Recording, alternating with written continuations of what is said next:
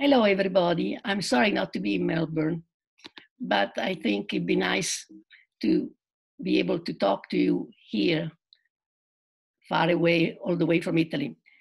Today, I will talk about climate change, COVID-19, and artificial intelligence. And I will ask myself and you if that promotes planetary sense of community. Community psychology have to tackle big, huge problems. I will discuss two main ones. Because this problem could impact negatively on local communities, but also promote a planetary sense of community. I will discuss two main ones, climate change and the related pandemic as COVID-19, which create new millions of poor people and environmental migrants, and the growth of artificial intelligence, which threatens millions of jobs, but also open up many virtual worlds. I will argue that community psychology need to act more as political activists, as liberation and political community side theorists have indicated, supporting movements as Friday for the Future that fight climate change and promote policy against financial libertarian capitalism and political polarization. We may have to take a stand also on growth of artificial intelligent virtual worlds that could promote an enlarged planetary sense of community, but also withdrawal from local involvement in territorial communities. I will illustrate how community practitioners can work on solving this global problem in local setting using the multidimensional tool developed by European traditional community psychology, like community profiling and photo voice to diminish ethnic conflict, increase intergroup trust and integrate immigrants, participatory multidimensional organizational analysis, and empowerment labs to retrain workers. Climate change is a huge challenge. In the last 2 years, millions of mostly young people inspired by Greta Thunberg march all over the world asking us adults to fight climate change. They're scared and angry because their future is being robbed. They take seriously scientists' warning, and they lament that technocrats protect the interests of wealthy elite and take decisions that affect young who will be 50 when the current governing elite will all be dead. They ask government to declare state of emergency. They point to the water scarcity, desertification, rising sea and famine. They maintain that liberalist economies, globalization, local war have created huge economic inequality, multiply refugees and migrants. And climate refugees can migrate internally with their own country, but they can also go in other countries. And there were 7 million of these displaced people. The 2020 pandemic has shown that high air pollution is related to increase in the mortality of COVID-19. In Italy, the places molted by the virus had a high level of particulate. Among 10,000 Italians who died of coronavirus, a research found that 50% of the most important 8 pre-existing diseases were the same as those tied to lake air pollution. In the United States, a Harvard nationwide study found that an increase of only 1 microgram of particulate matter per cubic meter is associated with a 15% in mortality rate of corona. COVID-19 has hit especially poor neighborhoods and individuals like irregular workers and illegal immigrants who lose their precarious job and are more exposed to health risk, being homeless or living crowded housing, and have less access to good medical care. To face environmental and COVID-19, we have to develop a planetary sense of community and adopt an eco-feminist theoretical perspective. After being a participant, I restarted being an activist 2 years ago with the Friday for the Future Rome. And I confirm watching them and participating for 2 years that they succeed in building bridges between young and old, men and women, immigrants and natives. They're beginning to develop a planetary sense of community since the well-being of the planet is central, and they're interested in all events all over the world. They feel like they're all brothers. The concept of planetary sense of community, which I put forward in this paper, has 3 main components: feeling an affective sense of belonging to the planet Earth, considering oneself primarily a citizen of the world, and having a spiritual or ethical responsibility to protect the planet Earth and all its living creatures. It borrows some concept from the concepts we know in community psychology, sense of community, developed by Saranso and Macmillan, such as membership, influence, shared emotional connection, and support. But it differs in the space that the community occupies, from local territory to the planet Earth. Community is not identified as a single geographical place because the world as a whole has become a place in its own right. A second important difference is the kind of solidarity. It's intergenerational and sublime that the planetary community requires. So we have to have this solidarity that go across the borders. Main social problems are happening now. Huge economic inequality, ecological, religious movement, international law and citizenship, identity politics, political polarization are creating, on one hand, a planetary sense of community, and also nationalist and localist movements. The transformation is tortuous because the action of integrating triggers a reaction of fragmentation. Geopolitical activism provokes nationalism, isolationism, and economic globalization stimulates local backlash. I wrote an article on this that you can find on in the special good number on environmental problems in community and social perspective, in global perspective, community psychology and global perspective magazine. So what do we need to develop this planetary sense of community will give us this kind of inter-country solidarity, inter-world-like solidarity? We need to adopt ecofeminist perspective, I maintain. Ecofeminist perspective present our problem having their roots in the libertarian free market ideology who is in all countries, whether they are capitalist or they are state-owned capitalism. Many nations are governed by alpha males who pursue wealth and power through extreme economic competition, the use of violence to solve conflict, and the ruthless exploitation of environmental resources. Ecofeminists, who represent the third wave of feminism, maintain there is a tie between the subordination of women in society, domestic violence, the abuse of natural resources, environmental degradation, and increase of local war and conflict. Ecofeminists fight for global peace, disarmament, social and ecological justice. They underline that most male politicians pursue their own wealth and power and tend to become authoritarian. A recent study of personality and values among male and female politicians found that male politicians were more power-oriented, more likely to use force or threat of force, and pursue self-interest, while female politicians were more benevolent and universal values, caring for others, for the environment, and preferring peaceful ways to solve conflict. What can we do? What can community psychology as practitioners do with this problem? Community profile can increase the well-being of poor people and migrants in local community, favoring immigrants' integration and conflict resolution between community groups through community profiling and network building. This methodology has been used in Italy, Austria, Portuguese, but in South Africa, in Serbia, among several ethnic minority groups.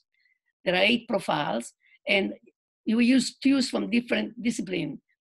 And through interviews and special groups with dominant marginalized group of community, we examine strong and problems that affect each one of these groups. Group movie script help examine perception, emotion, desires, and fear for the future of diverse group or groups, and outline priority for desired changes and steps to achieve them. Another tool developed by traditional psychologists, participatory multidimensional organizational analysis, is good for empowering centers in the community, better for women, migrants, homeless, volunteer organizations that often have political, strategic, economic, and functional difficulties. Interdisciplinary efforts to promote organizational change in this crucial organizational community do not need to involve necessarily a team of experts, very difficult together, but utilize some construct and methodology produced by political science, first thing, sociology, organizational and cultural psychology, psychoanalysis and anthropology. The first dimension of this tool help people in organization make the organization more empowered, helping participants to choose a reachable strategic goal and to implement the most efficient functional organization of action needed to attain the goal. The last 2 dimensions focus on making the organization empowering, good for the people who work in it and the client, analyzing organizational culture and climate and other psychosocial variables. So meetings are held once a month, and 3 months after the formal ending of PO, participants discuss how changes have begun to be implemented. We have trained students in graduate school, and they have done this methodology in more than 100 community organizations. Now let's go to the future. Practically, globalization and rise of artificial intelligence will create new problems and good things too. It will decrease lots of jobs and make lots of money for particular companies like Google, Facebook, Microsoft, Amazon, Baidu, Alibaba, and Tencent, which can have robots and other artificial intelligence to take the place of some tasks that now are done by humans. And this is going to be even worse in the future because China and the United States have a lead. China in implementation, and this United States in discovering new things. So why is it important for us community psychologists to think about artificial intelligence? Because it presents us with an opportunity to rethink economic inequality on a global scale.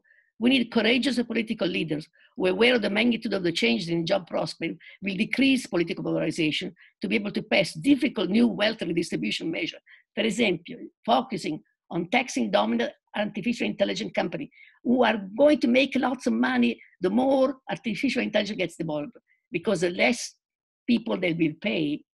And so they can finance retraining for people who lose jobs everywhere. COVID has accelerated this interest in artificial intelligence because after the COVID, there has been an increase in graduation, wedding, and birthday party in virtual world games. Computer-related virtual reality appears in television and film. Progress is driven by hardware from the smartphone and software from the video game. Like Pokemon, everybody knows, it's a game that involves catching virtual monsters either around the real world. And all artificial intelligence experts aspire to build a complex, immersive virtual space that is like a metaverse depicted in Snow Crash. And this game allow people to work, play, game, shop, or just pass the time. So these games will be they allow to build very complex virtual environments, which are rich in sensory complexity and contain multiple intelligent agents that can interact with each other. In the near future, we can use this, and they're already using it, from buying furniture to doing all kinds of things in architecture, airport logistics, etc. But we'll talk here only, since I have little time, health field.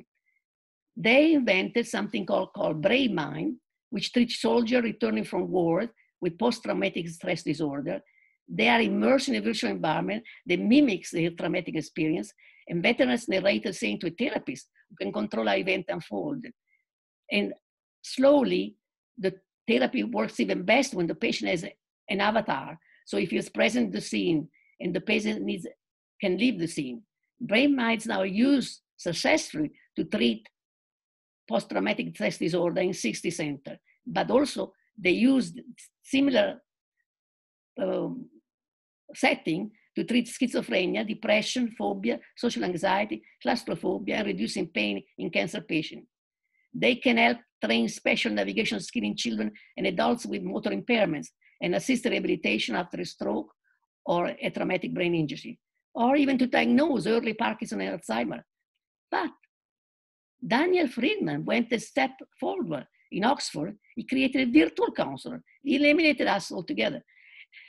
He guides, this virtual counselor guides person with fears of heights or fear of all kinds of stuff. And 6 sessions of automated therapy over 2 weeks significantly reduced fear of heights compared to people with no therapy, control group. A similar reduction was confirmed a year later. So artificial intelligence can produce also benefits, reduce job, or can be. So we have developed in Europe a way to retrain a socio-political empowerment training workshop for people who lose their job, which takes into account feminist and liberation psychology, consciousness raising groups. And this lab first focus on our needs and wishes, influenced by past media.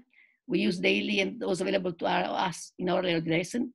The participants segment the political socialization experience in family peer groups, and they detect the stronger weak point of small groups and their environment. And also identify people and groups that can network to achieve their wider goal.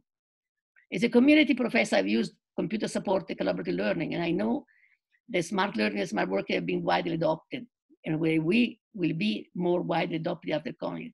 But I want to share something important with you. As a community activist, I feel very ambivalent about the growth of virtual worlds. I feel they will increase the need young people who do not study or work and detach most of us from the real physical environment on our planet and far from fighting climate change. On the other hand, I think some community psychology could create a game in which the real and virtual world are connected like in Pokemon and promote more political involvement in climate change and other social problems worldwide, and therefore favor the growth of planetary sense of community. COVID prevents us from having a live discussion, but you can mail me your thoughts at mc0938 at maclink.it. mc0938 at maclink, mclink it. Thank you. See you next year. Fermami. Sono andata troppo forte. Troppo...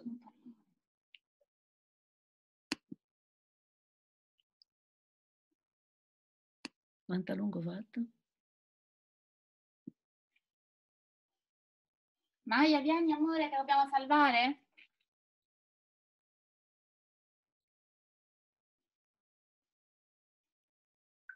Maya? Ci ha mollato? No.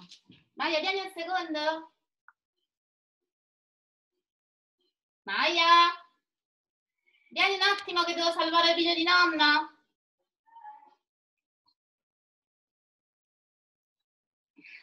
Com'è andato? No, bene, mi sembrava. Giusto la mail è un po' difficile da capire, secondo me. Beh, ma io 2 volte. Sì. Qua è meeting for all, no? Però me lo devi salvare. Ma vi sento? Ma non penso, ho fatto